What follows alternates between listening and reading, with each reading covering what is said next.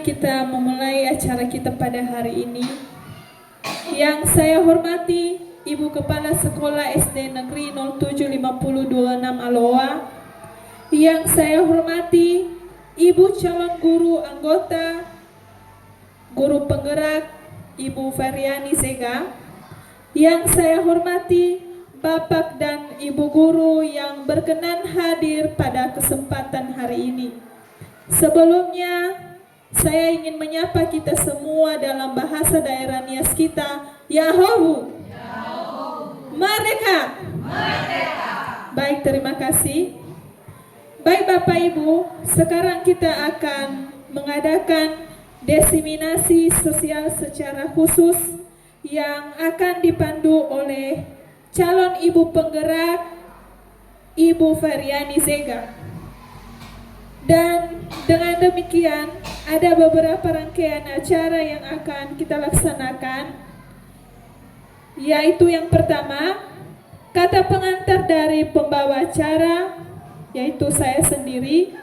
Kedua, kata pembukaan dari Ibu CGP, Ibu Feryani Zega, sekaligus Ibu Feryani sebagai narasumber pemateri kita pada saat ini. Ketiga, kata sambutan oleh Ibu Kepala Sekolah SD Negeri 075026 Aloa. 4. Pemaparan materi. Kelima, penutup. Jadi demikianlah rangkaian acara kita pada hari ini, ada sebanyak 5 buah. Jadi langsung saja kita mulai. Kata pengantar dari pembawa acara dianggap sedang berlangsung.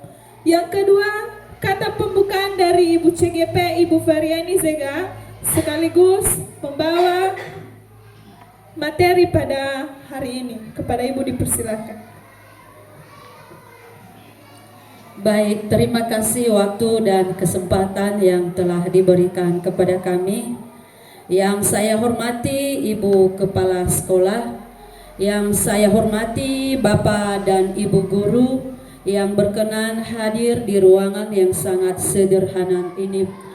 Pertama sekali kita bersyukur kepada Tuhan di mana kita dapat diberi kesempatan untuk berkumpul di tempat ini.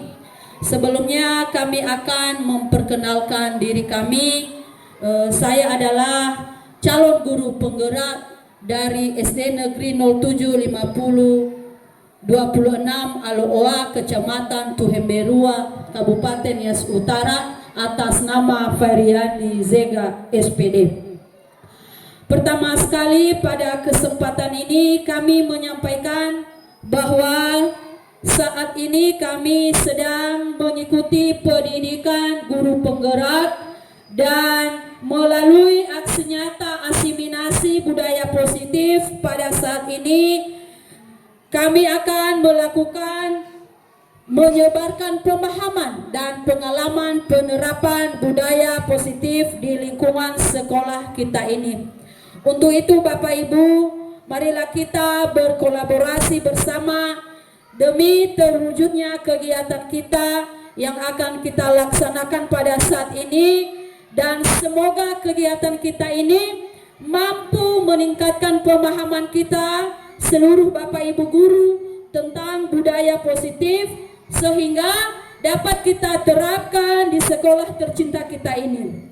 Demikian yang kami sampaikan. Atas perhatian kita semua saya ucapkan terima kasih. Yahoo.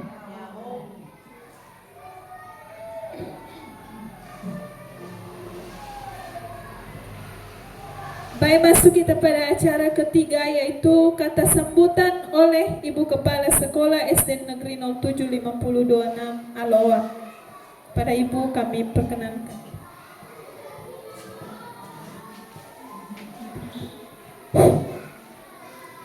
Baik, terima kasih kesempatan yang diberikan kepada kami pada pagi hari ini. Dan sebelum kami menyampaikan sepatah kata, terimalah salam kami dalam bahasa daerah kita Nias. Yahoo! Yang saya hormati Bapak dan Ibu guru, yang saya hormati Ibu TGP atas nama Ibu Feryani Zega yang melaksanakan aksi nyatanya pada pagi hari ini. Puji dan syukur kita panjatkan atas kasih karunia Tuhan di mana kita bisa berkumpul di tempat ini. Yang pertama yang saya sampaikan kepada kita semua, Bapak Ibu guru semua, marilah kita mendukung, berkolaborasi dalam mensukseskan Ibu CGP di sekolah kita ini. Dan harapan kita semua nanti setelah ibu ini bisa menyelesaikan CGP-nya menjadi guru penggerak, dan kepada ibu-ibu guru, bapak ibu guru yang lain supaya juga nanti bisa menjadi guru penggerak semua untuk lebih sukses lagi sekolah kita ini. Demikian kata-kata sambutan dari kami. Atas perhatian saya ucapkan terima kasih. Ufuri wa waita Yahoo.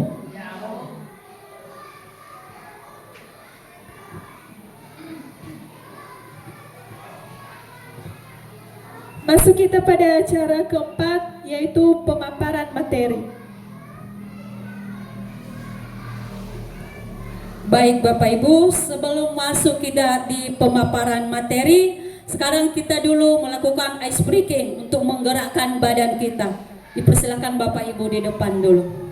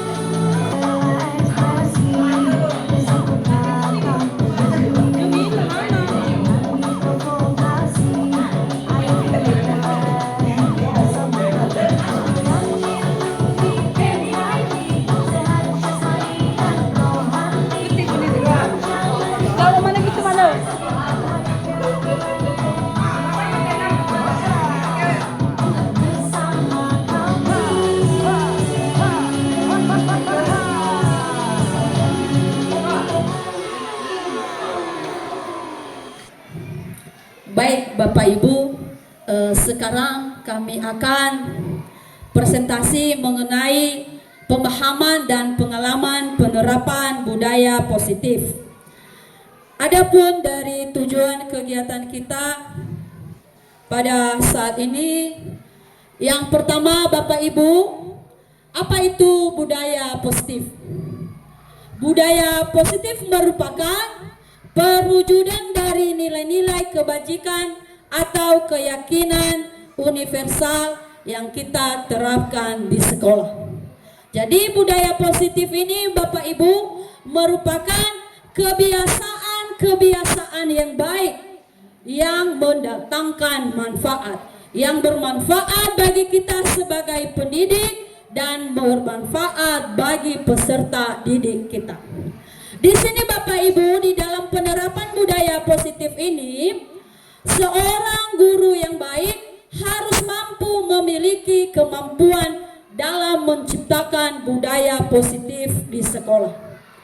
Budaya positif tersebut dapat dijalankan dengan menerapkan konsep-konsep inti seperti disiplin positif, memahami motivasi perilaku manusia yang berkaitan dengan hukuman dan penghargaan, posisi kontrol guru, pembuatan keyakinan sekolah atau kelas, dan penerapan segitiga restitusi dalam penyelesaian masalah.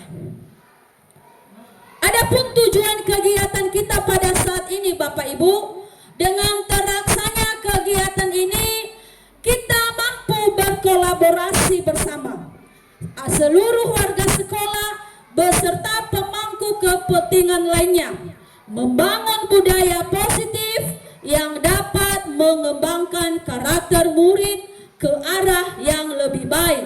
Dengan begitu, sekolah kita bisa menjadi tempat yang aman, nyaman bagi murid-murid kita dan warga sekolah lainnya. Bapak Ibu, ada beberapa konsep utama budaya positif, yaitu yang pertama, perubahan paradigma belajar. Yang kedua, nilai-nilai kebajikan. Yang ketiga, disiplin positif. Yang keempat, motivasi perilaku manusia. Yang kelima, keyakinan kelas. Keenam, kebutuhan dasar manusia. Ketujuh, posisi kontrol. Dan kedelapan adalah segitiga restitusi. Sekarang masuk kita di bagian pertama, yaitu pembelajaran paradigma baru. Pembelajaran dengan paradigma baru ini Bapak Ibu merupakan pembelajaran yang dirancang berdasarkan prinsip pembelajaran berdiferensiasi, sehingga para peserta didik kita bisa belajar sesuai kebutuhannya berdasarkan tahap perkembangannya sesuai dengan teori psikologi modern untuk mewujudkan profil pelajar Pancasila. Ada beberapa miskonsepsi tentang teori kontrol. Yang pertama itu adalah ilusi guru mengontrol murid. Pada dasarnya kita ini tidak dapat memaksakan murid untuk berbuat sesuatu jikalau murid tersebut memilih untuk tidak melakukannya. Walaupun tampaknya guru sedang mengontrol perilaku murid, hal demikian terjadi karena murid sedang mengizinkan dirinya dikontrol. Saat itu, bentuk kontrol guru menjadi kebutuhan dasar yang dipilih murid tersebut. Jadi teori kontrol menyatakan bahwa semua perilaku memiliki tujuan, bahkan terhadap perilaku yang tidak disukai. Kemudian Bapak Ibu, ilusi bahwa semua penguatan positif efektif dan bermanfaat. Penguatan positif atau bujukan adalah bentuk-bentuk kontrol. Segala usaha untuk mempengaruhi murid agar mengulangi suatu perilaku tertentu adalah suatu usaha untuk mengontrol murid tersebut. Dalam jangka waktu tertentu, kemungkinan murid tersebut akan menyadarinya dan mencoba untuk menolak bujukan kita. Atau bisa jadi murid tersebut menjadi tergantung pada pendapat sang guru untuk berusaha. Selanjutnya Bapak Ibu, ada ilusi bahwa kritik dan membuat orang bersalah dapat menguatkan karakter. Di sini Bapak Ibu menggunakan kritik dan rasa bersalah untuk mengontrol murid menuju pada identitas gagal. Mereka ini belajar untuk merasa buruk tentang diri mereka. Mereka mengembangkan dialog diri yang negatif. Kadangkala sulit bagi guru untuk mengidentifikasi bahwa mereka sedang melakukan perilaku ini, karena seringkali guru menggunakan suara halus untuk menyampaikan pesan negatif. Selanjutnya Bapak Ibu, ada ilusi bahwa orang dewasa memiliki hak untuk memaksa. Banyak orang dewasa yang percaya bahwa mereka memiliki tanggung jawab untuk membuat murid-murid berbuat hal-hal tertentu. Apapun yang dilakukan dapat diterima selama ada sebuah kemajuan. Berdasarkan sebuah pengukuran kinerja, pada saat itu pula orang dewasa akan menyadari bahwa perilaku memaksa tidak akan efektif untuk jangka waktu panjang dan sebuah hubungan permusuhan akan terbentuk. Nah, jadi Bapak Ibu, apa saja nilai-nilai kebajikan? Ini adalah nilai-nilai dari kebajikan. Nilai-nilai kebajikan adalah sifat-sifat positif manusia yang merupakan tujuan mulia yang ingin dicapai setiap individu. Nilai-nilai tersebut bersifat universal dan lintas bahasa, suku, bangsa, agama maupun latar belakang. Apa contoh-contoh dari nilai kebajikan ini Bapak Ibu? Ini adalah contoh-contoh nilai kebajikan institusi atau organisasi, di mana kita ketahui yang pertama itu adalah profil pelajar Pancasila. Di dalam profil pelajar Pancasila itu tercantum yang namanya beriman, bertakwa pada Tuhan Yang Maha Esa, berakhlak mulia, berkebinekaan global, gotong royong, mandiri, kreatif, dan bernalar kritis. Yang keduanya adalah Ibu Primary Year Program atau VYP. Apa yang terkandung di dalam VYP-nya ini adalah toleransi, rasa hormat, integritas, mandiri, menghargai, antusias, empati, keingintahuan, kreativitas, kerjasama, percaya diri, dan komitmen. Dan yang terakhir adalah keterampilan hidup atau life skill. Apa itu life skill? Dapat dipercaya, lurus hati, pendengar yang aktif, tidak merendahkan orang lain, memberikan yang terbaik di dalam diri sendiri. Nah, jadi ini Bapak Ibu, nilai-nilai kebajikan yang kita terapkan di dalam sekolah kita, baik Bapak Ibu guru maupun siswa kita, bisa kita menerapkannya. Kita pilih dari nilai-nilai yang ada di dalam kelas kita atau nilai-nilai yang mampu kita terapkan. Apa saja nilai-nilai kebajikan yang patuh kita terapkan di dalam ruangan atau di lingkungan sekolah kita, mulai dari peduli, keterus-terangan, kebersihan, komitmen, belas kasih, percaya diri, belas kasih, bertujuan, rajin, keberanian, kesantunan, kreatif, dan lain sebagainya. Sekarang Bapak Ibu, kita masuk di bagian ketiga, yaitu disiplin positif. Disiplin berasal dari kata disipline, yang artinya belajar.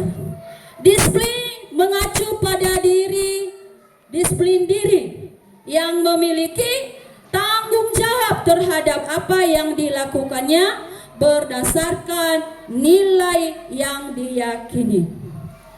Nilai positif merupakan salah satu cara yang bertujuan untuk menumbuhkan kesadaran serta memberdayakan peserta didik tanpa imbalan atau ancaman atau hukuman.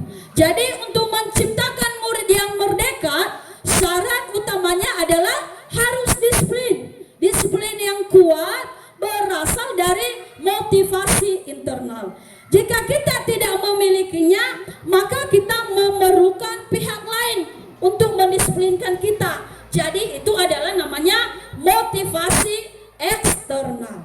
Jadi sebagai pendidik, tujuan kita menerapkan disiplin positif adalah untuk menciptakan peserta didik yang memiliki disiplin diri, sehingga anak didik kita berperilaku mengacu kepada nilai-nilai kebajikan universal dan memiliki motivasi intrinsik dalam perubahan perilaku ke arah yang lebih baik.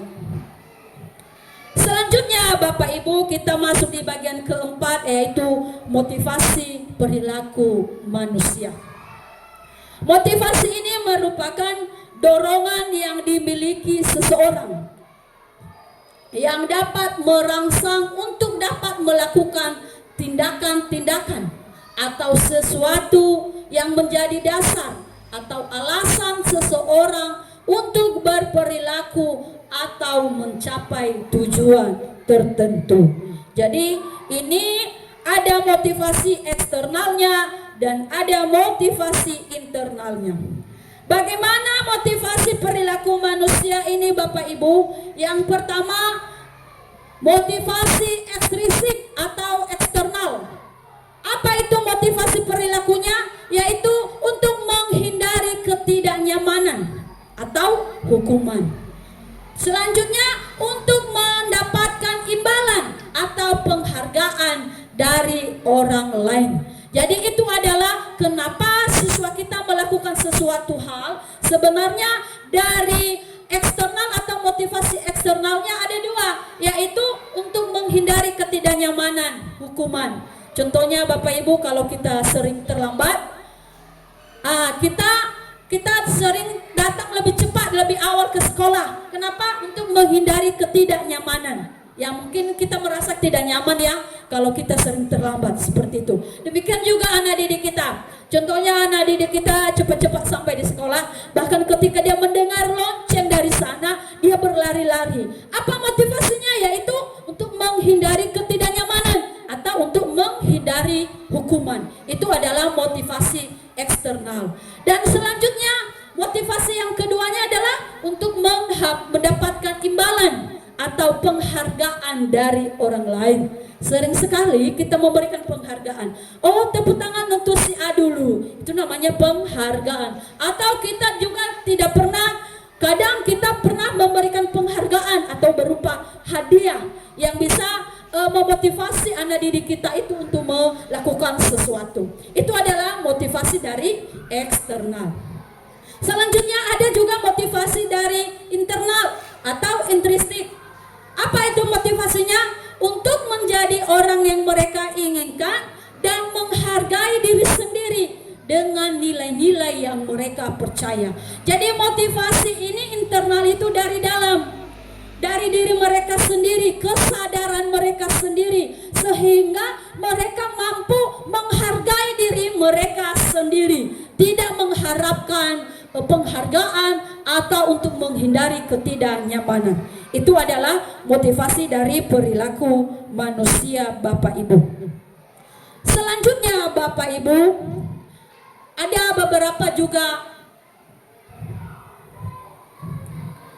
untuk menghindari ketidaknyamanan tadi atau hukuman itu. Kadang-kadang kita melakukan yang namanya hukuman dan konsekuensi atau restitusi. Ada 3 Bapak Ibu. Apa itu? Yang pertama, hukuman. Sering sekali kalau siswa kita melakukan suatu kesalahan atau lari dari peraturan yang telah kita perbuat, maka kita akan memberikan yang namanya hukuman. Apa itu hukuman? Hukuman itu tidak terencana atau tiba-tiba. Contohnya dari sana kita lihat anak kita sudah berantem, kita panggil sini-sini. Langsung tanpa kita rencanakan, kita narik kuping atau memukul atau marah-marah atau membentak. Itu artinya kita tidak belum merencanakan apa yang harus kita lakukan pada saat itu kepadanya. Itu namanya tidak terencana atau tiba-tiba. Selanjutnya murid kita setelah melakukan hal itu, dia tidak tahu apa yang akan terjadi. Dia tidak dilibatkan, dia tidak tahu apa hukuman yang diterima, apa yang akan dikenakan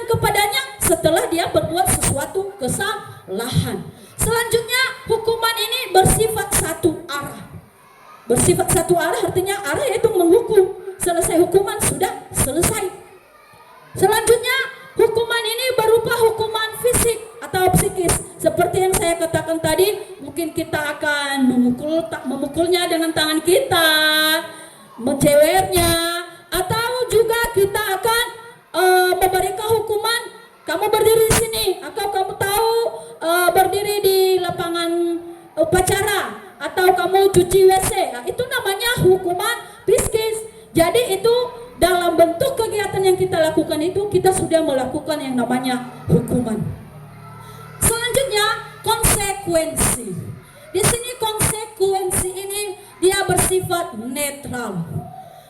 Kenapa dia dikatakan netral? Karena dia terencana, disepakati sesuai peraturan. Murid tidak dibuat tidak nyaman. Berarti di sini murid dibuat nyaman. Murid tetap dibuat tidak nyaman. Sikap guru selalu memonitor murid. Bagaimana contohnya konsekuensi ini? Awas ya, besok kalau kamu mengulangi lagi, ibu akan melihat perkembanganmu. Kalau kamu mengulangi besok, ibu akan panggil lagi kamu di kantor. Berarti siswa kita tidak nyaman. Besok harus saya cepat-cepat datang ke sekolah supaya saya tidak dipanggil lagi di kantor. Kemudian guru juga memonitor, lihat mana si A, apakah dia sudah terlambat belum? Oh, hari ini dia belum terlambat. Berarti guru di situ sudah memonitor murid. Yang terakhir adalah restitusi. Bagaimana dengan restitusi Bapak Ibu? Restitusi merupakan proses menciptakan kondisi bagi murid untuk memperbaiki kesalahannya. Kemudian proses kolaboratif yang mengajarkan murid untuk mencari solusi sendiri. Nah, di sini nanti yang akan kita pelajari terakhirnya Bapak itu mengenai restitusi ini. Proses menciptakan kondisi bagi murid untuk memperbaiki kesalahannya. Berarti kita ajak siswa kita itu untuk memperbaiki kesalahannya sendiri. Kita berkolaborasi dengannya. Kita mengajarkan murid kita untuk mencari solusinya sendiri. Bagaimana solusinya supaya besok anak ibu tidak terlambat datang ke sekolah? Bagaimana solusinya supaya dalam kelas itu tidak ada lagi yang ribut-ribut? Mari kita saling mencari solusi. Kita sepakati bersama. Itu namanya kerjasama atau kolaborasi antara guru dengan murid. Selanjutnya Bapak Ibu, seperti yang saya katakan tadi, hukuman ini bersifat negatif, ya. Sikapnya adalah negatif. Kenapa? Karena kita selalu mengatakan hal-hal yang tidak baik menurut pemikiran siswa kita. Contohnya, awas ya, kalau kamu lakukan lagi, nanti awas kamu akan saya hukum begini. Itu namanya bentuk hukuman yang kita terapkan. Bagaimana dengan konsekuensi? Dia bersifat netral. Ya, dia bersifat netral. Seperti kalimat yang kita ungkapkan, lakukan apa yang saya katakan, seperti itu. Jadi dia stimulusnya respon. Beda dengan hukuman tadi, itu model paksaan. Awas ya, kalau kamu terlambat besok, cuci WC. Berarti kita memaksanya, itu bentuk hukuman. Berarti dia tidak senang, kurang nyaman dia, karena dia model paksaan. Beda dengan konsekuensi. Konsekuensi stimulusnya respon, dia merespon. Lakukan apa yang saya katakan. Besok saya tidak akan terlambat, Bu. Jadi dia menyimpan dalam hatinya itu, besok saya tidak akan terlambat. Itu yang selalu dia ingat, sehingga besoknya dia tidak akan terlambat datang ke sekolah. Bagaimana dengan restitusi? Restitusi di sini adalah positif, ya, sifatnya bersifat positif. Apakah hal lain yang sesungguhnya ingin kamu lakukan? Berarti di sini Bapak Ibu guru akan menanyakan. Dia melakukan yang namanya teori kontrol. Dia mengontrol pemikiran, perasaan anak didiknya, sehingga timbul di dalam diri anak didik kita itu apa yang sesungguhnya yang saya lakukan, apa yang terbaik yang akan saya lakukan dari perkataan atau pernyataan dari gurunya tersebut. Jadi Bapak Ibu, kalau kita lihat kebanyakan identitas gagal itu kebanyakan hukuman. Gagal, kenapa? Kalau hari ini kita memukul anak didik kita, memukul anak kita, pasti ada yang merasa tadi, ada motivasinya. Ah, nggak apa-apa, paling-paling besok saya direwel lagi, ditarik kuping lagi. Nggak apa-apa, udah kurasakan bagaimana sakitnya hari ini, besok juga ya seperti itu rasanya. Jadi identitas kita untuk mengubahnya itu gagal. Ya, gagal. Kenapa? Sesuatu hukuman itu menyakitkan dan harus terjadi. Selanjutnya hukuman itu tidak nyaman untuk murid, untuk anak jangka waktu panjang. Kalau setiap hari kita menghukum, maka anak kita tidak nyaman. Kemudian siswa kita atau anak didik kita menjadi korban, tidak mendapatkan keadilan dan perilakunya pasif, agresif dan meningkat. Ya, kadang anak-anak yang sering kita hukum dia tidak berubah, terus bahkan kelakuannya semakin tidak baik. Padahal setiap hari kita hukum, sering kita temui itu di dalam kelas kita masing-masing Bapak Ibu. Bagaimana dengan identitas sukses? Ini bisa identitas sukses dengan konsekuensi dan restitusi bisa mendisiplinkan anak didik kita. Kenapa? Karena konsekuensi ini sesuatu harus terjadi. Selanjutnya tidak nyaman untuk murid untuk jangka waktu pendek. Nah, ini adalah perubahan dari hukuman, konsekuensi dan restitusi. Apa saja perbedaannya? Kemudian korban bisa diabaikan. Tadi di hukuman korban mendapatkan keadilan. Sekarang korban bisa diabaikan. Selanjutnya murid atau anak dibuat tidak nyaman. Penguatan hanya bertahan dalam jangka waktu pendek. Yang terakhir adalah restitusi. Restitusi adalah inilah yang terbaik yang harus kita terapkan kepada anak didik kita. Kenapa? Restitusi ini merupakan pilihan dan menguatkan juga murid kita atau anak-anak kita dalam jangka panjang. Kemudian korban mendapatkan ganti. Selanjutnya murid atau anak mendapatkan penguatan. Kemudian masalah terpecahkan.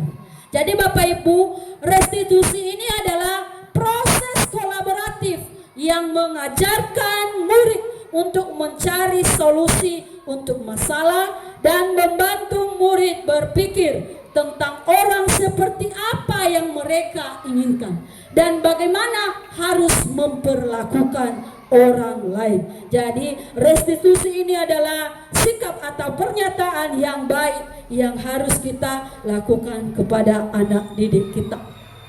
Selanjutnya tadi kita sudah mendengar apa itu motivasi manusia. Motivasi manusia ingin juga mendapatkan yang namanya penghargaan. Memberikan penghargaan ataupun juga hukuman adalah cara mengontrol perilaku seseorang yang menghancurkan potensi untuk pembelajaran yang sesungguhnya. Itu ya Bapak Ibu, kalau kita memberikan penghargaan atau hukuman, maka itu adalah cara kita mengontrol perilaku siswa yang menghancurkan potensi untuk pembelajaran yang sesungguhnya. Kenapa? Karena penghargaan ini memiliki dampak yang kurang baik. Apa dampaknya? Yang pertama, penghargaan tidak efektif. Selanjutnya, penghargaan merusak hubungan. Ketiga, penghargaan mengurangi ketepatan. Keempat, penghargaan menurunkan kualitas. Kelima, penghargaan mematikan kreativitas. Enam, penghargaan menghukum. Contohnya Bapak Ibu, contohnya saya cepat datang ke sekolah, maka tiba-tiba ibu kepala sekolah mengatakan, Ibu Feryani sudah cepat datang, saya memberikan penghargaan kepadamu ini. Jadi guru yang lain juga pasti merasa, oh hanya baru hari ini dia cepat datang sudah dikasih penghargaan. Jadi penghargaan ini ada dampaknya. Dampaknya tidak baik untuk kita. Demikian juga kalau kita melakukannya di dalam kelas atau kepada anak didik kita. Contohnya hari ini si A contohnya baru hari ini dia siap tugas, nilainya langsung 100. Lalu kita memberikan penghargaan kepadanya. Oh ini si A memang begini-begini. Lalu yang lain merasa minder dia. Kemarin nilai saya 100, tapi ibu tidak memuji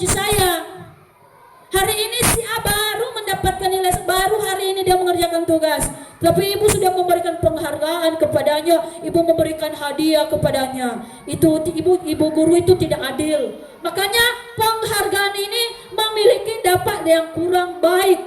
Ya, itulah mengenai penghargaan atau hukuman yang kita lakukan kepada anak didik kita, Bapak Ibu.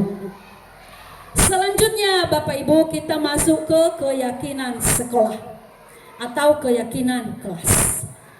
Mengapa keyakinan kelas? Mengapa tidak peraturan kelas saja?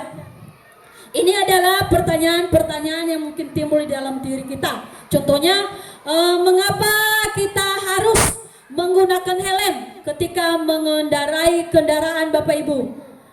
Apa alasannya Bapak Ibu? Ada yang bisa menjawab? Contohnya, mengapa kita harus memakai helm? Apa Bu?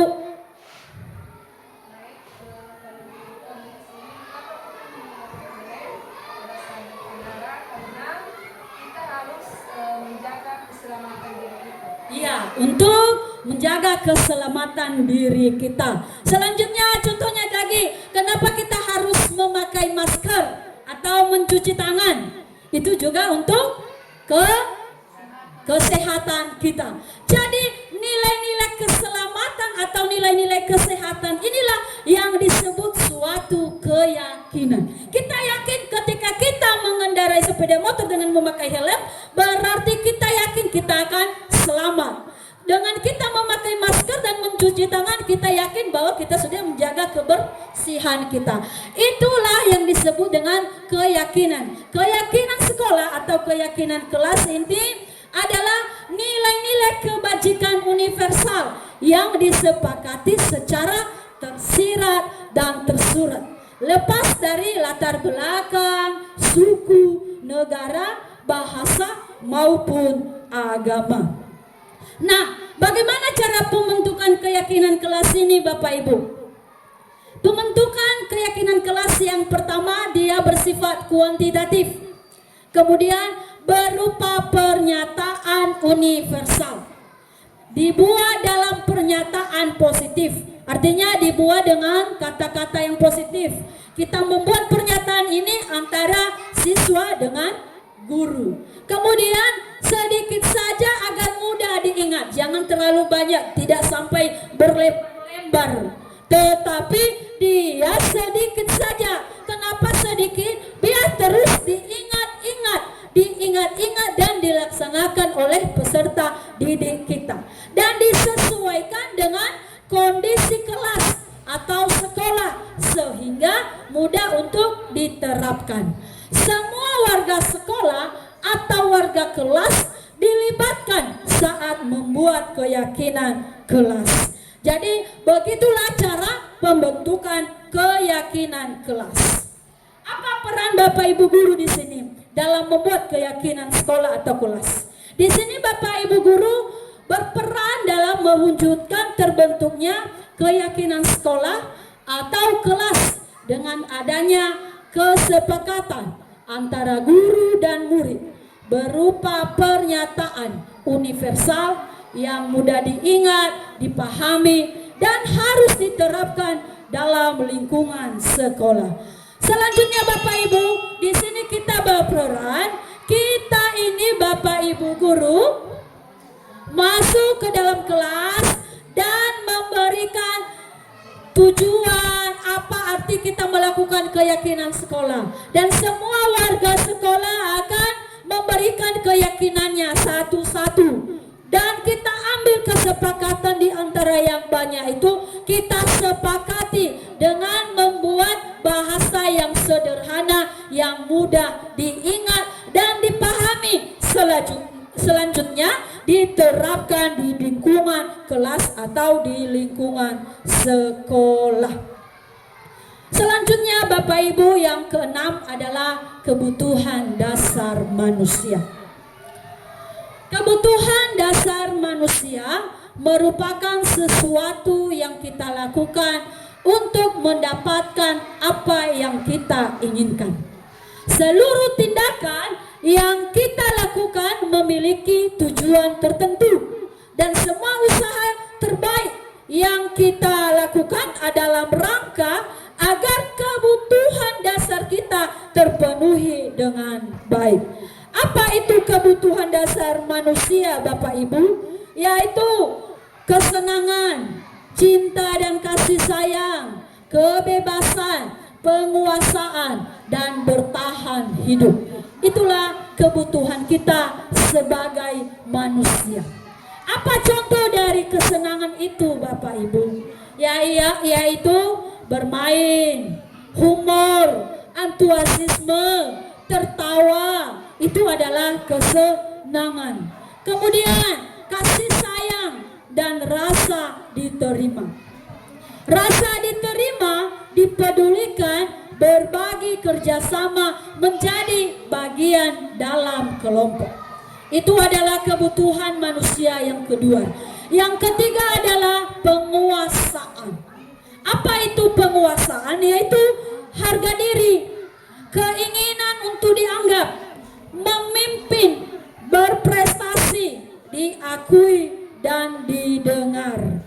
Selanjutnya Bapak Ibu, kebebasan. Setiap manusia pasti ingin bebas. Apa itu kebebasan Bapak Ibu? Yaitu mandiri, memiliki pilihan, mencoba hal baru, dan mampu mengendalikan dirinya. Itu adalah kebutuhan dasar manusia untuk bebas atau kebebasan. Yang terakhir adalah bertahan hidup. Apa itu bertahan hidup? Manusia membutuhkan yang namanya makanan, pakaian, tempat tinggal, keamanan, dan kesehatan. Jadi itu adalah kebutuhan dasar manusia. Sebelum kita melanjutkan ke bagian ke-6 dan ke-7 Bapak Ibu, kita dulu ice breaking, kita menggerakkan badan kita dulu. Silakan Bapak Ibu ke depan.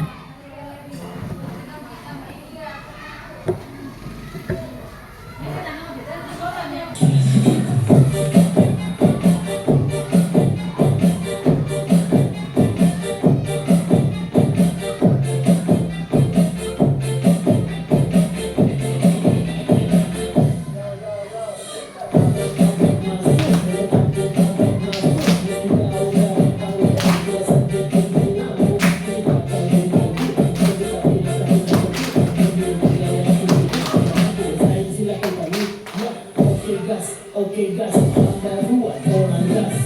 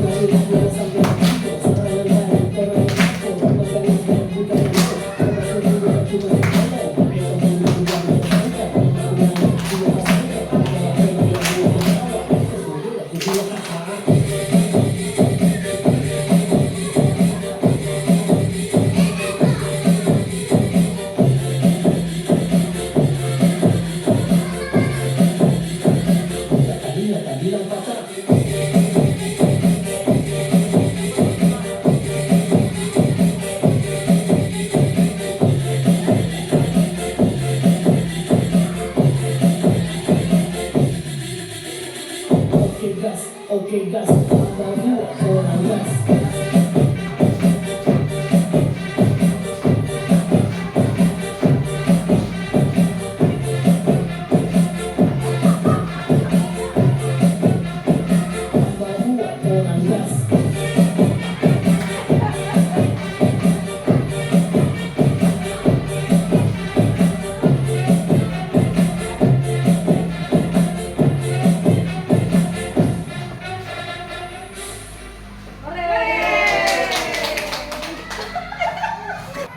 Baik, bagaimana Bapak Ibu masih semangat?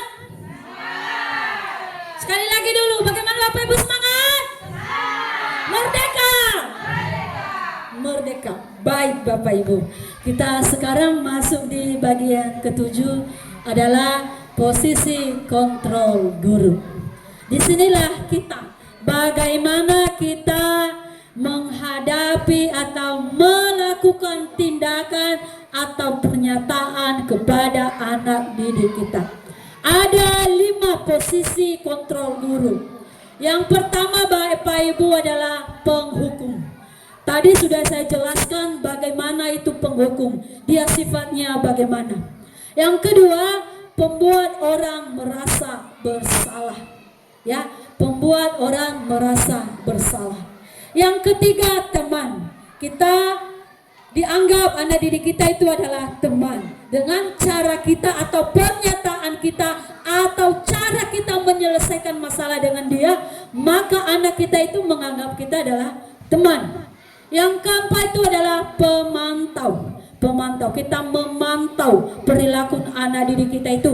Apakah masih berlanjut kebiasaannya itu atau ada perubahan ke arah yang lebih baik. Itu adalah pemantau. Yang kelima adalah manajer. Di sini Bapak Ibu, bagaimana cara kita menerapkan dari 5 posisi kontrol guru ini? Contohnya, ada kasus, ada anak didik kita tidak memakai atribut lengkap saat upacara. Biasanya ini waktu hari Senin. Ada atau sering kita memanggil anak-anak didik kita yang tidak lengkap saat mengikuti upacara. Contohnya dia tidak punya topi, dia tidak memakai kaos kaki putih, tidak memakai dasi dan lain sebagainya. Ketika kita memanggilnya, maka posisi penerapan kita di situ bagaimana? Kalau kita bersifat menghukum, kita panggil dia, karena kamu tidak memakai atribut lengkap, sekarang kamu keliling lapangan 2 kali putaran. Itu namanya penghukum, ya. Itu sudah kita lakukan adalah menghukum anak didik kita tersebut dengan melakukan mengelilingi lapangan 2 kali putaran. Kemudian bagaimana sikap atau pernyataan kita kalau membuat anak kita itu merasa bersalah? Kita membuat pernyataan seperti ini. Sudah berapa kali kamu diberitahu? Kenapa kamu selalu mengkecewai ibu? Itu. Jadi anak kita merasa bersalah. Oh iya ya. Padahal Senin kemarin sudah lagi ditegur saya. Hari ini lagi saya ditegur. Jadi anak kita merasa bersalah. Dia merasa bersalah karena dia sudah mengecewai gurunya. Selanjutnya, bagaimana pernyataan kita kalau kita itu seperti temannya? Kita membuat pertanyaan seperti ini. Ayo dong, ikuti aturan sekolah ya. Sudah, tidak apa-apa. Lain kali tolong jangan diulangin ya. Jadi dari pernyataan kita itu, anak didik kita itu menganggap kita sedang berbicara dengan teman. Dia menganggap gurunya itu adalah temannya. Selanjutnya, kita menerapkan posisi yang keempat, yaitu pemantau. Bagaimana sikap kita ketika anak didik kita tadi tidak lengkap saat upacara? Tentu kita berbicara seperti ini kepadanya. Kamu sudah melanggar peraturan sekolah. Kamu tahu konsekuensinya. Boleh atribut upacara ya. Jangan diulangin lagi. Hari Senin anak ibu harus memakai seragam lengkap. Sudah dengar itu anak ibu? Sudah Bu. Jadi di situ kita sudah memantau. Pemantaunya hari Senin depan kita memantau dia, kita oh berarti anak kami sudah lengkap. Yang hari Senin kemarin dia tidak memakai dasi, hari ini dia sudah memakai dasi, memakai topi dan memakai atribut yang lainnya. Dengan begitu kita sudah melakukan posisi kontrol kita di situ adalah pemantau. Yang terakhir Bapak Ibu adalah manajer. Manajer, kita melakukan pernyataan atau pertanyaan kepadanya seperti ini. Apa kamu tahu kesalahanmu? Kira-kira bagaimana kamu memperbaiki kesalahanmu? Jadi dengan cara kita itu, anak kita terbuka pikirannya. Oh iya ya, saya tahu apa kesalahan saya. Saya salah karena tidak memakai atribut lengkap. Bagaimana cara saya memperbaikikan? Maka dia berpikir, Oh, dia berpikir dia mencari solusi permasalahannya itu sendiri. Itulah yang disebut manajer. Jadi Bapak Ibu, manajer ini merupakan sesuatu, guru berbuat sesuatu bersama murid dan mempersilahkan murid tersebut mempertanggungjawabkan perilakunya dan mendukung murid menemukan solusi atas permasalahannya sendiri. Itu yang terbaik yang harus kita lakukan dari yang 5 kontrol ini ya Bapak Ibu. Manajer itu kita berkolaborasi dengan murid kita, mempersilahkan murid kita mempertanggungjawabkan sendiri dan dia mencari solusi atas kesalahan atau permasalahan yang dihadapi sendiri. Jadi itulah posisi kontrol guru yang 5 tadi Bapak Ibu, di mana manajer ini juga mengacu pada restitusi yang dapat kita jadikan murid sebagai manajer bagi dirinya sendiri. Berarti Bapak Ibu guru ini yang menjadikan muridnya sebagai manajer di dalam dirinya sendiri, sehingga tercipta identitas positif atau berhasil pada diri murid. Jadi itulah kelima posisi kontrol yang baik yang harus kita terapkan adalah sikap dari posisi yang kelima, manajer. Sekarang Bapak Ibu kita masuk di bagian yang terakhir. Di bagian yang terakhir ini adalah segitiga restitusi. Tadi sebelumnya kita sudah mendengar apa itu restitusi, bagaimana prosesnya. Jadi segitiga restitusi. Apa itu segitiga restitusi? Suatu proses dialog yang dijalankan guru atau orang tua agar dapat menghasilkan murid yang mandiri dan bertanggung jawab. Itulah yang disebut dengan segitiga restitusi. Suatu proses dialog yang dijalankan guru atau orang tua agar menghasilkan murid yang mandiri dan bertanggung jawab. Apa peran guru dalam menerapkan segitiga restitusi ini Bapak Ibu?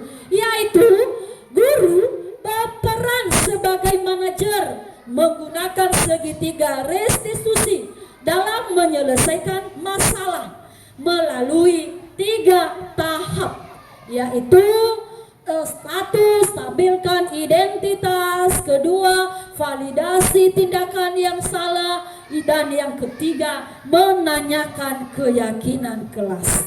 Dan perlu juga kita mengetahui kenapa kita menerapkan segitiga restitusi ini adalah tujuannya untuk menghasilkan murid yang mandiri dan bertanggung jawab. Jadi Bapak Ibu, segitiga restitusi ini ada tiga perlakuan yang harus kita lakukan kepada anak didik kita. Yang pertama adalah menstabilkan identitas. Bagaimana cara kita menstabilkan identitas anak? Contohnya, ada anak kita sudah sering terlambat, bahkan sampai 5 kali tidak datang ke sekolah atau terlambat datang ke sekolah sampai berulang-ulang.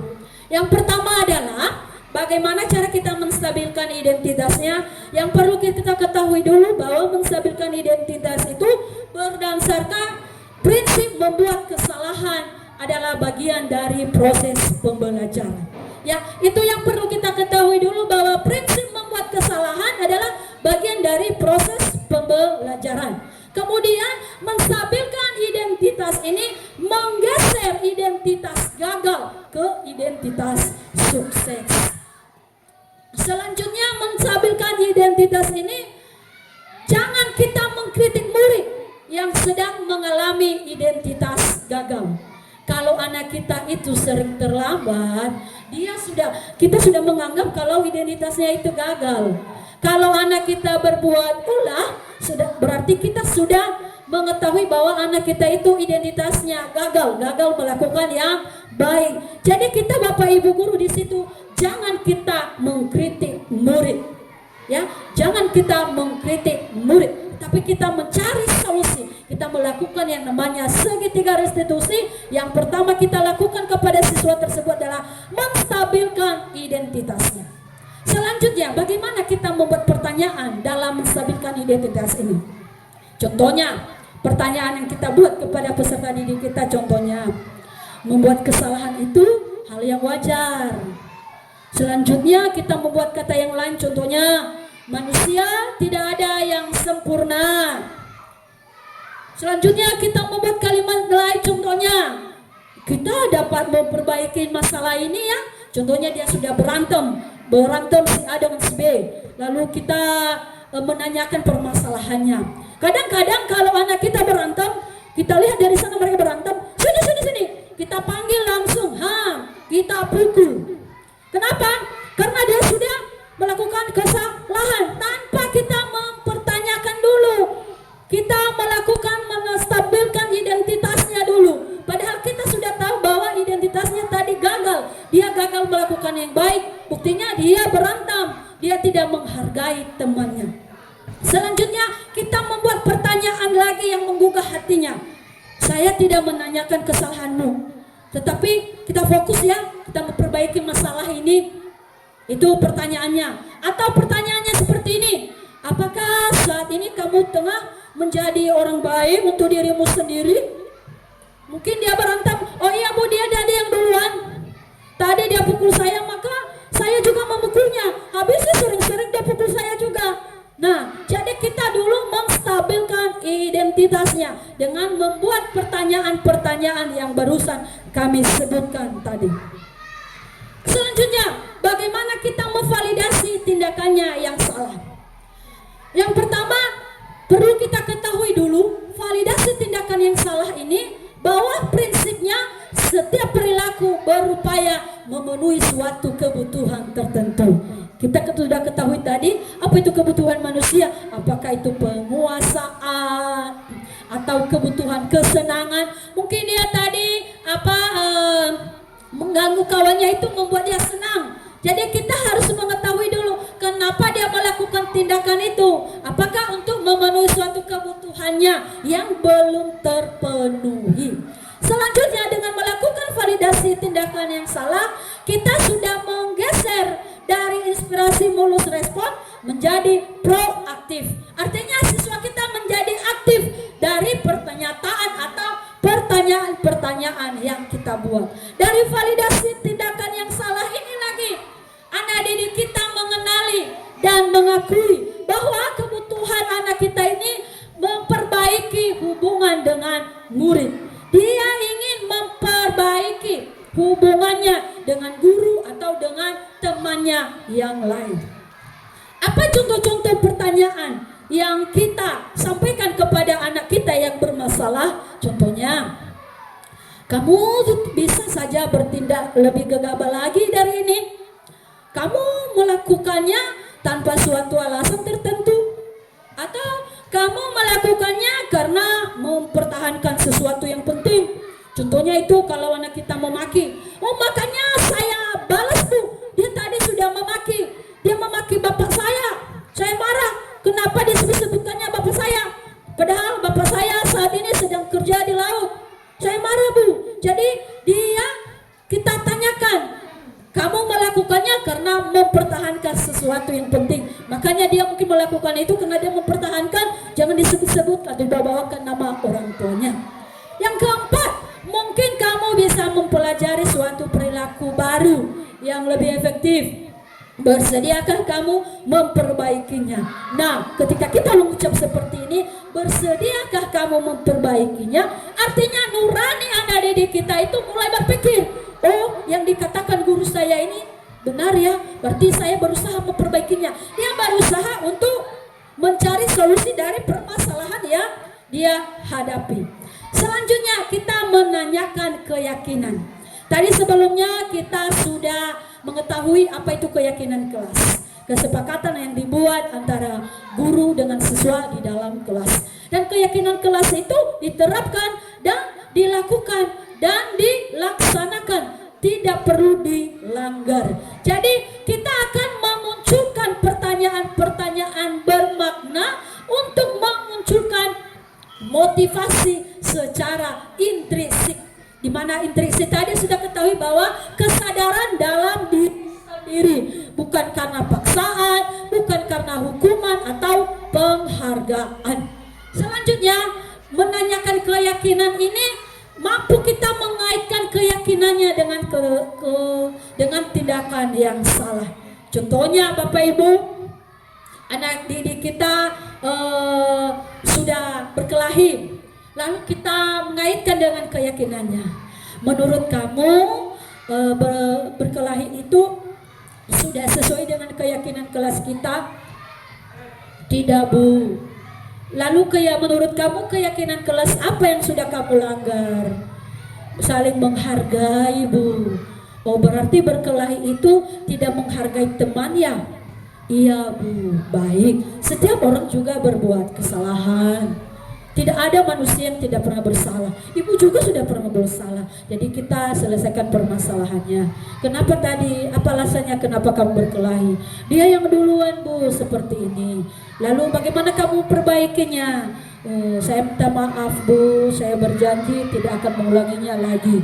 Jadi dari situ kita sudah menerapkan yang namanya segitiga restitusi. Bagaimana kalimat atau pertanyaan kita kepada anak didik kita saat kita menanyakan keyakinannya? Yang pertama Bapak Ibu, yang pertama contohnya sebagai keluarga kelas ya, apa yang kita yakini, lalu dia sebutkan apa yang diyakini, apa yang telah kita sepakati tadi. Kemudian nilai-nilai apa yang telah kita sepakati. Seperti apa gambaran sebuah kelas yang ideal bagi kamu? Seperti apa gambaran sebuah kelas yang ideal bagi kamu? Lalu dia menjawab, mungkin tidak berkelahi, Bu, aman-aman, Bu, tidak bersuara, tidak berisik dan lain sebagainya. Kamu ingin menjadikan orang seperti apa? Kalau kita buat pertanyaan seperti itu, pasti dia berpikir, kamu ingin menjadikan orang seperti apa? Lalu dia berpikir, oh iya ya, tindakan saya tadi itu sudah membuat orang lain merasa tidak ada harga dirinya ya. Dia merasa sendiri. Ketika kita membuat pertanyaan, kamu ingin menjadi orang seperti apa? Nah, jadi ketika segitiga restitusi ini Bapak Ibu, perlu kita terapkan di dalam kelas kita, di sekolah kita tercinta ini, dalam menghadapi siswa kita. Semoga apa yang kita lakukan, yang telah kita kolaborasi pada saat ini dapat menambahkan pengetahuan kita. Dan sebelum kami menyelesaikannya Bapak Ibu, kalau ada pertanyaan atau hal yang perlu kita diskusi, saya persilakan kepada Bapak Ibu diberi waktu.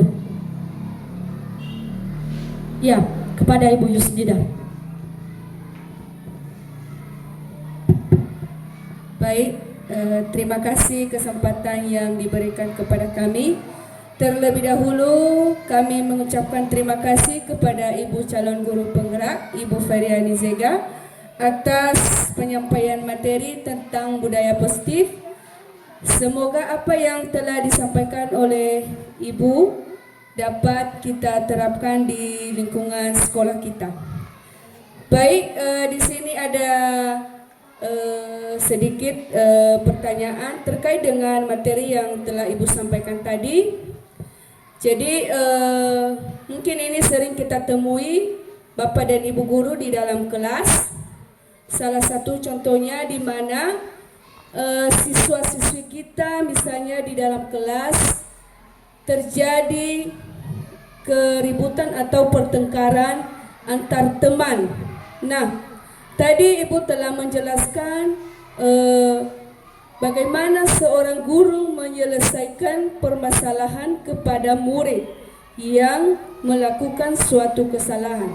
Jadi di sini kami bertanya bagaimana kita sebagai seorang pendidik, sebagai seorang guru menghadapi masalah yang dilakukan oleh siswa-siswi kita, misalnya bertengkar dengan temannya.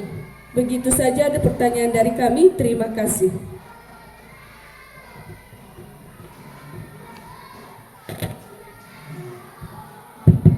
Baik, terima kasih pertanyaan yang disampaikan oleh Ibu Yusnida Argeat.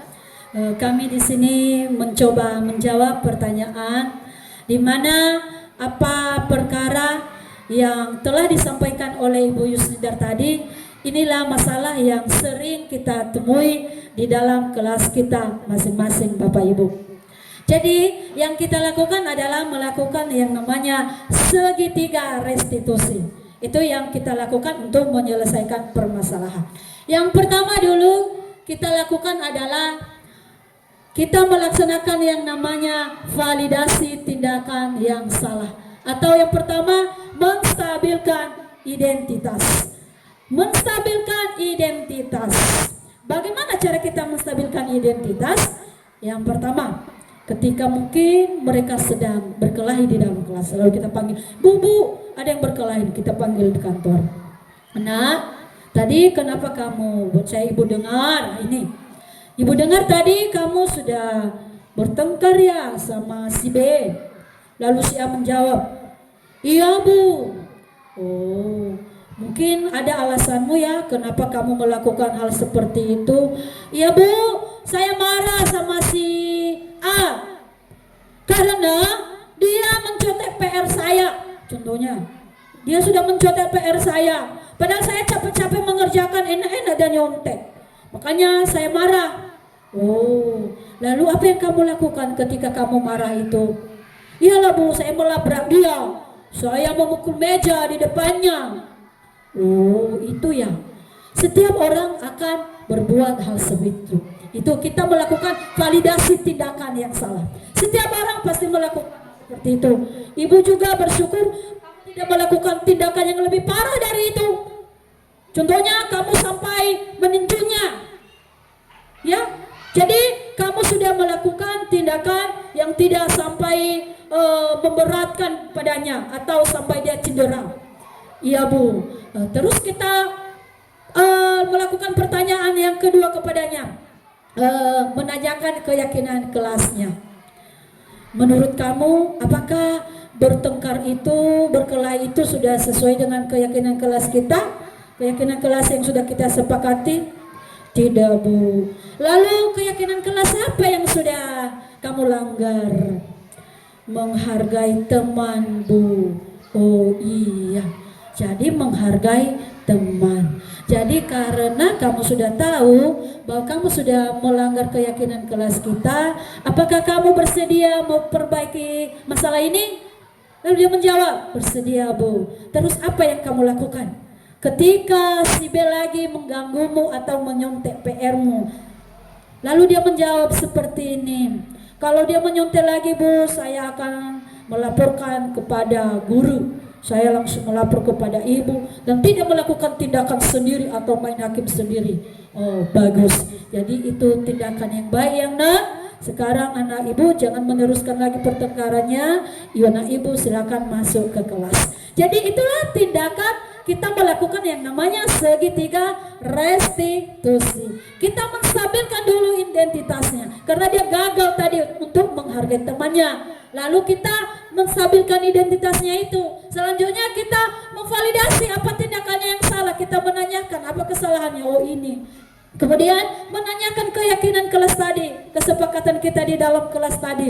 Lalu dia menyadari kesalahannya dan bertanggung jawab sendiri untuk menyelesaikan permasalahannya. Dia menyelesaikan dengan cara tidak akan mengulanginya lagi, atau ketika temannya atau mengganggunya dia melapor kepada guru. Itu adalah penyelesaian masalah. Jadi itu segitiga restitusi ini terlepas dari hukuman atau penghargaan yang sifatnya negatif.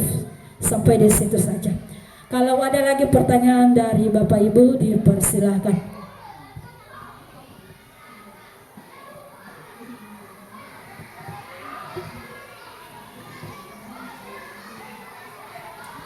Baiklah, sedikit pertanyaan dari sini, Ibu.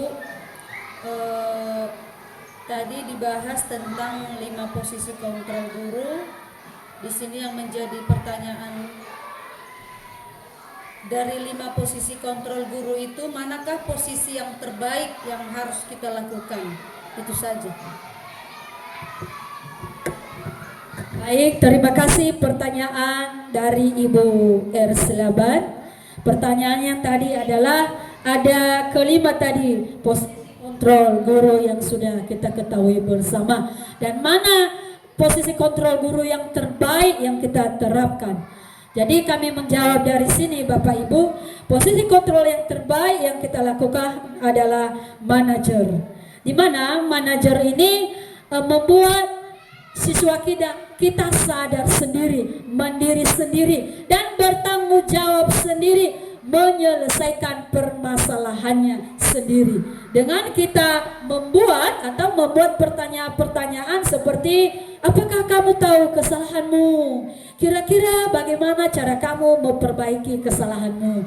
Jadi dari situ kita sudah menerapkan posisi kontrol guru sebagai manajer. Siswa kita mandiri dan bertanggung jawab untuk menyelesaikan permasalahannya sendiri. Sampai di situ dari saya. Selanjutnya ada pertanyaan lagi dari Bapak Ibu yang lain? Ya, ada pertanyaan lagi dari Ibu Berta.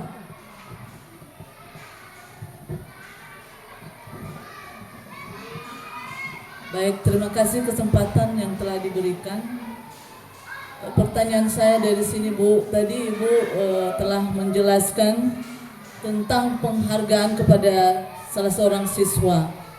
Contohnya, kalau siswa tersebut sudah mengerjakan tugas dengan baik dan benar semua, sehingga mendapatkan nilai 100, terus kita memberikan penghargaan kepada siswa tersebut.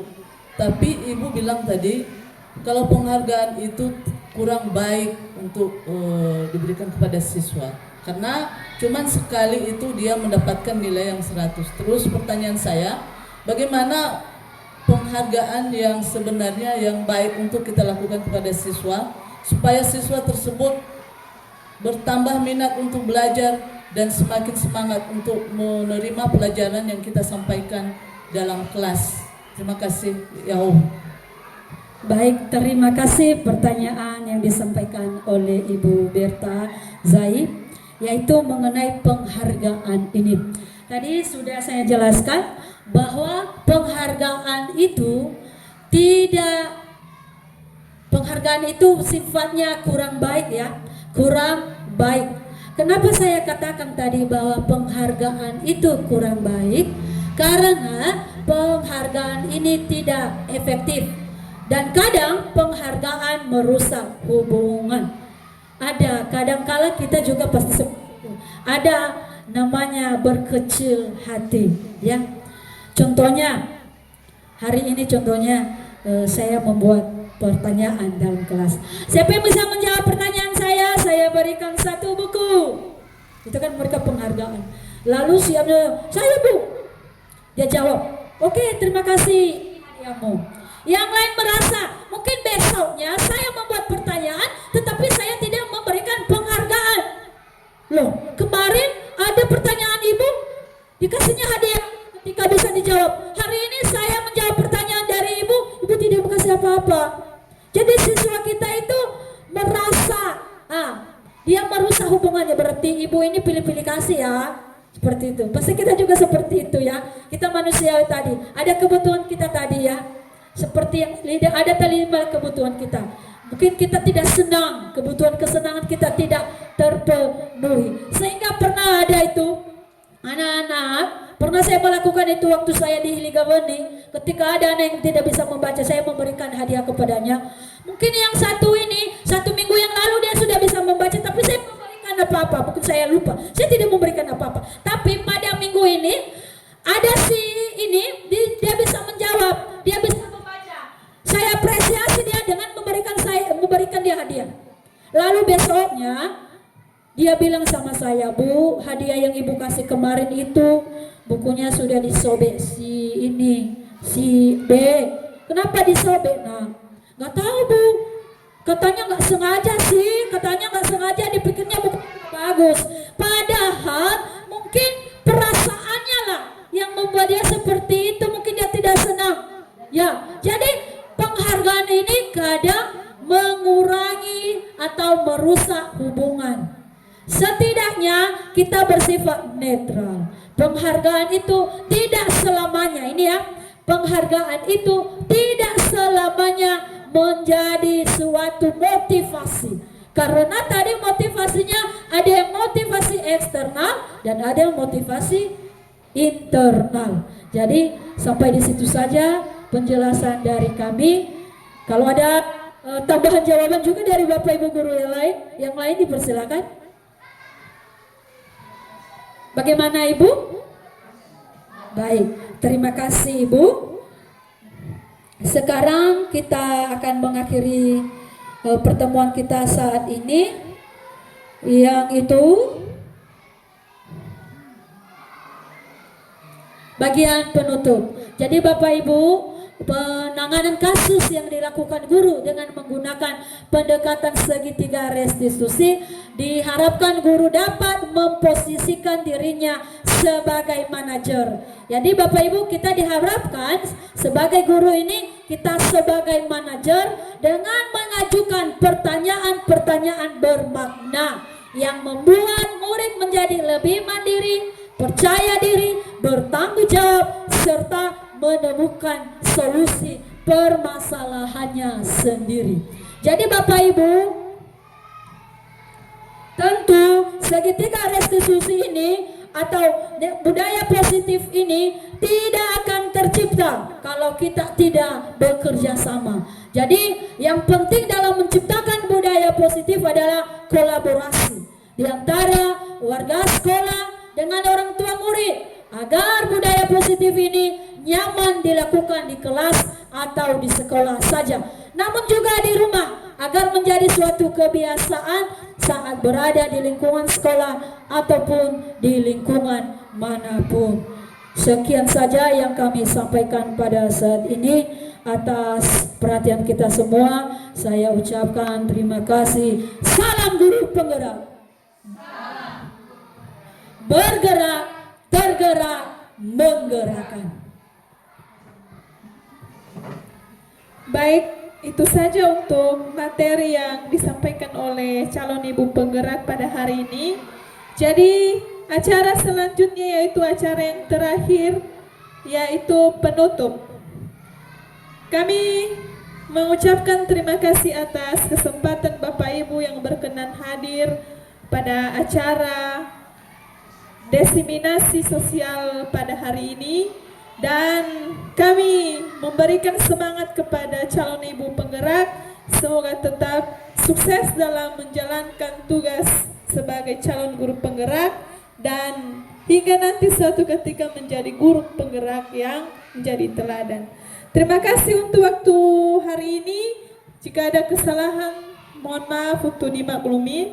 Demikian, kembali saya salam kita, Yahohu, Merdeka! Merdeka! Terima kasih.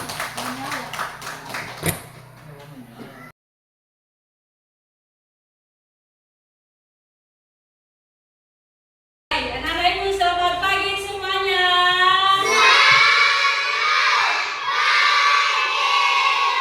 Ya, apa kabarnya? Luar biasa. Yes, yes, yes. Tepuk tangan semuanya dulu. Baik, sebelum kita masuk di keyakinan kelas kita dulu ice breaking. Ayo berdiri semua dulu.